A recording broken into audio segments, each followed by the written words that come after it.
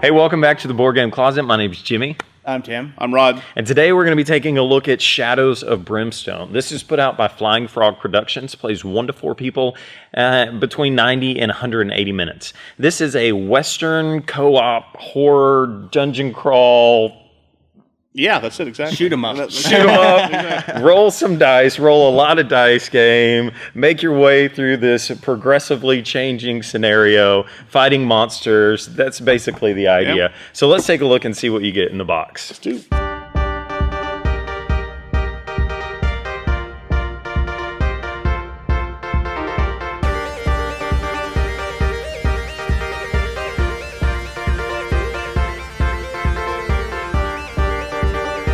All right, so this is what you get in a box with Shadows of Brimstone. Rod, do you want to talk about the components? Sure. So this is a Flying Frog game productions, and like every game that I think we've purchased, we've just been really happy with everything that you get with it. I mean, it's just from the miniatures to the dungeon itself. The cardboard pieces are nice and thick. To the cards, there's a million different cards. All the different artwork puts you right into the right mood where it's this Western horror theme. The miniatures, I mean, there's a ton of miniatures. All these are painted, so you'll have to paint them yourselves to make them look this good. But Tim over here actually painted them. There's a million tokens for all the different pieces, from your health to keeping your ammo to just everything. You have cards for your individual characters. You got a rule book. You've got an adventurer's book. They thought about it, everything there is, they thought about it with the exception of one thing, and that would be the tracker for the adventurers. So Tim's having to write down each one of our adventures to let us know when we're going to be on our next one. But all in all, they thought about everything on this game, which is just fantastic. They give us highest quality. I mean, it's just great quality, and of course the sound, the music. I mean, that's just puts you right in the mode. They did a great job. The only thing I will say, a little bit of a negative, I guess, would be the dice are all but about 1 or 2 of them are pretty small. And for like Tim's hands, that's fine. Nice small hands, everything. But for us, we like the bigger ones, and that would be the only thing. I'd like some bigger dice. But fantastic. I like to counter that by the fact that you sometimes have to roll like 12 dice, and holding 12 huge dice is just. So you're dumping them, and you're not actually rolling them. Again, so Tim's hands can't hold the 12 dice, so we have to nice size dice. Yeah, exactly. Be careful with it. The junior one's like a junior match. Anyway, so all in all, it's just great quality. Just something that you come to expect from. And the price point of the game, it's like you're looking at $100. But you look how much you get. It's well worth it. Well worth it. My only negative to it would be that you have to assemble and paint all of these. So, like, for me, that's not me. I'm not that guy. I tried it. I wanted to be the paint the miniatures guy, but I got little kids and I don't have time. And so that is something that you got to consider when you're going to buy this game. Do you have time to assemble all of this stuff? And do you want to paint them or not? They don't have to be painted. You can just leave them how they are. But that's just something you need to consider with the components. And since Tim assembled them, how difficult was that? For as far as miniatures go, it was actually pretty good. Pretty easy. I didn't really have to look at the instructions. Everything was slottable. So when you're putting the miniatures together, they actually had slots and stuff. The only issue was when you were cleaning the miniatures, cleaning up the mold lines and stuff. There was a lot, because it's not the highest quality plastic molds that you can get, but for a board game, it's great quality. So that's awesome. Okay, all right, Tim. Do you want to tell us about the rules to Shadows of Brimstone and how hard or easy it is to learn the game? Yeah. So when you first look at it, you're like, these are 2 thick books. Yeah. Right. Like that's got some weight to it. But luckily, this is your adventure book, so it's basically your campaign and some story. There's even a comic book in here, I believe, at the back end. Yeah, it's just a really short comic. It's got some story in it for the characters and stuff. It's real light, though. It's not like it's real in-depth story or anything like that. But as far as the rule book goes, it does a great job of taking all these massive amounts of pieces here and letting you just step by step set up the game. Once you get it set up and put up on your board, you only really start with one piece, which is, the entrance piece. And then you just go from there and start using all of these different things. They even have a starter mode where you're using only the basic rules, the simplest encounters and threats. so that way you can learn the rules before you get into like some of the advanced stuff. Okay, so let's take a look at how you play the game. We're not going to give you all the rules, but we want to give you a basic overview of the game so you can decide if this is going to work for you or not. So each person gets a player, and then that player has special abilities. They have stats that they can follow, and each one of these is a little different for each character. This is your typical dungeon crawl game in that aspect. This is a campaign-based game.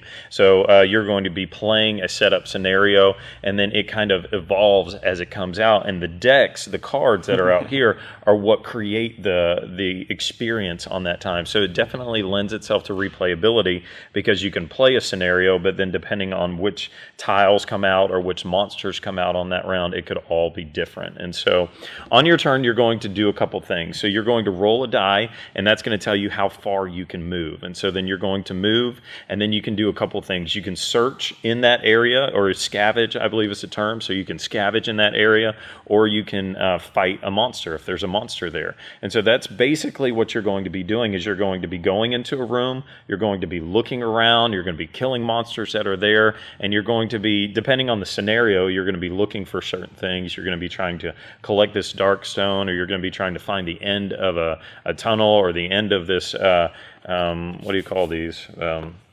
Mine tunnels. Mine tunnels, yeah, tunnels. So you're going to be looking for the end of those and just trying to clear it, get rid of all the monsters, things like that. Okay, so let's talk about attacks. And when you come in and you actually see a monster and you want to fight it, basically on your character card, it's going to tell you if you're doing a melee or if you're doing a ranged attack.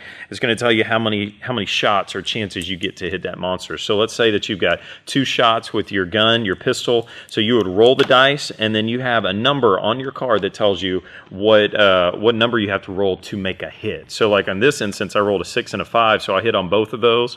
I was really lucky because my range is a 4+, so I hit on both of those, and then I have to roll again to see how much damage I do. And so right there, I did a 4 and a 1. Well, this particular monster, let's say that I'm doing the Night Terror, he has a defense of 3. So this one wouldn't do any damage at all. This one would do 1. So you take the 3 from the 4, so I would do 1 damage to his health. Except you rolled a 6, and it was a critical hit, so it goes right through the defense. Okay, great. Yeah, I forgot about that. So there were critical hits. So in this one, all 4 of those hits would go directly to his health. And so then that's how it works. And the next person goes, and you just tear that guy down until he's gone. Yeah. And so that's basically how attacks work. And then, like we've said before, but they've got all these decks that have all kinds of cool stuff in them. So you got gear. So you got a whole deck full of gear that you can pull from. You've got a whole deck with scavenging things. And when you scavenge, it could either be good, bad, or nothing, right? And so it's a third of each. A third of each. A third of each. So there's good, bad, or nothing in here. So it could actually hurt you, could benefit you, or nothing could happen at all. There's loot that you can pick up during the game. There's darkness cards that come out. There's growing dread cards. There's these threat decks that are high, medium, and low. And so these have to do with monsters that are going to be coming out. And so each one of these obviously correspond to a different type of monster. And so you might have to pull from this deck to say this is the type of monster that comes out. And then it could tell you, like this one says, oh yeah, we'll take 2 medium threats now. And so then you'd have to turn over 2 of these. And so we just got 12 void spiders and 6 stranglers. And so that's how monsters come out onto the board. It's all, yeah, good luck. And so that's randomized based off of the decks, and that's pretty cool how that works. They also have an encounter deck that you're going to be drawing from. They've got an epic deck.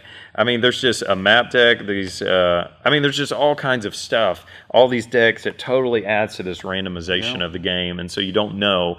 And we've played a number of times, and on some rounds you go and you think you're doing great, and then you walk into a room, and then you pull these bad cards, and all of a sudden you are surrounded by every monster that there is right on you. And so you thought you were doing great, and then the game just beats you down. So, this is a great way to set the difficulty on the game, which it goes through in the rule book of what decks you need to use based on how many players it is, on how easy or hard you want the game to be, and it just does that with these low, medium, high threat level decks. You know, the game, I guess we're going to start talking about the game, right? So the game lends itself to expansions so easily. So you know how we love expansions, right? Just because of the cards themselves. I mean, they can come out with decks of loot, decks of encounters, decks of whatever, and they can just come out with all that and just add to the game. I mean, that's what I find really interesting in this game. To me, this is getting real close to being an RPG. I mean, that's the reason I thought it was very entertaining, because it just reminded me of my first RPG games. Right, and so they actually have 2 core sets that are these large boxes out already. So you can get Shadows of Brimstone. The one that we have here is City of Ancients, and then the other one, I can't remember what it's called. Swamp of something. Swamp of something, yeah. And so there's actually 2 core sets, and so you could intermingle those. And like you said, there's expansions already that are coming out, and they've got these little portals that come in. And so I don't know if that's the portal or not. That's a portal. And so basically, what's cool about this is you can, if you hit one of these portals and you have these other expansions, you could go to a whole nother world. And thematically, it actually makes sense. In this world of this horror and this just strange monsters coming out. On the backside of the mine tiles is actually the City of Ancients tile set. So when you go through the portal, you can actually go to this other world. And if you add, like you said, the other core set, you could end up going to the other core set, the swamp, or their little Cthulhu world, or whatever it is. And when we were at Gen Con, we saw stacks and stacks of new stuff that they'd come out with, and so that's pretty cool to see what that they're already thinking about that. So I think that they're supporting the game. I think that you're going to have a lot to look forward to. If you like it, you get into it, and your gaming group loves it. So the coolest thing when you talk about RPG elements, though, is this encounter deck right here. Because this adds so much flavor to the game to stop it from being just I run into a room and I shoot 6 monsters. This encounter deck is beautiful because, like, you'll come into it'll start building a story, especially if you have to pull more than one encounter for a room, because some of the tokens will have encounters that have it just goes on like that. But like, for instance, there's one that has a guy that is he's got some loot or whatever, and you're trying to if you're lucky, you'll be able to buy it from him. If you end up failing your luck roll and stuff like that, he'll end up like exploding, and tentacles will come out of him and then start attacking you and stuff. It's pretty funny, but that part right there, just where it just turns your just dungeon crawl into like an actual story with your characters, is pretty nice. Yeah, because we've had a couple times already where even what we did, like the things that we actually scavenged from the room, matched thematically with the encounter, and it was random, but it still worked out. Where you got an axe out of a dead guy's hand, and then the encounter told us that there was a massacre in that room, and so you're like, oh, well, that makes sense because he pulled the axe, and it just some of those things. That's really neat the way that played out together. So at the end of our reviews, we like to do a 1-die rating. Should you buy it, play it, or hate it? Green means go buy this game and add it to your collection. White means maybe you wouldn't buy it, but you would definitely play it. And then red means you wouldn't buy it and you wouldn't play it because you hate it. So we're all going to reach in and get our die. Did you get it? Yep. And reveal. Oh! So this is a 2 green die and a green monster. It's the highest rating video game ever. You get a Cthulhu rating. Okay, so tell us why you gave it a green rating. Because it went past the whole random dungeon crawl adventure part. Gave it a nice Old West theme, and then it gave it the story elements that kind of, when we were playing, it actually worked out and everything. And it was, it always seemed to work out to make a nice little story and stuff, and had those great moments in it, where everybody's cheering at the table, and you can't beat those moments. Yeah, you can't. I gave it a green because I've played a number of Flying Frog games. From the first time I ever played a game at your house was. I knew you'd ask me. Fortune and Glory. Fortune and Glory. And so I remember playing that game and just loving it. And it was the same kind of feel, like all this massive stuff. And I played a number of their games, and they've kind of been, okay, yeah, I like it. I don't know. But now when we played this one for the first time, I just remember thinking, they got it. Like, to me, I think that they've worked this mechanic out enough. They've worked out the components enough that I feel like that this just works. It's a great game. So. Yeah, for me, I'm a big fan of Descent, and of course for the Star Wars one, this goes to the next level. It takes it to the next level. This is the one that gives you those extra moments where it's like, wow, that happened with the guy blowing up and all that type of stuff. It's something that spoiler. Sorry. I mean, that's like with the RPG games. I mean, because my kids and I will talk about our games from previous years. And they'll always bring up like a certain moment in the game that occurred. And that's going to be one of those moments that we're going to talk about, is that guy blowing up and the tentacles coming out. So that's the reason I like it. It really did give a lot of flavor. Totally, yeah. So that's Shadows of Brimstone. And we've got a lot more reviews on our website, boardgamecloset.com. Check out our Facebook, Twitter, Instagram, all of that. And as always, Support your local hobby shop. woo!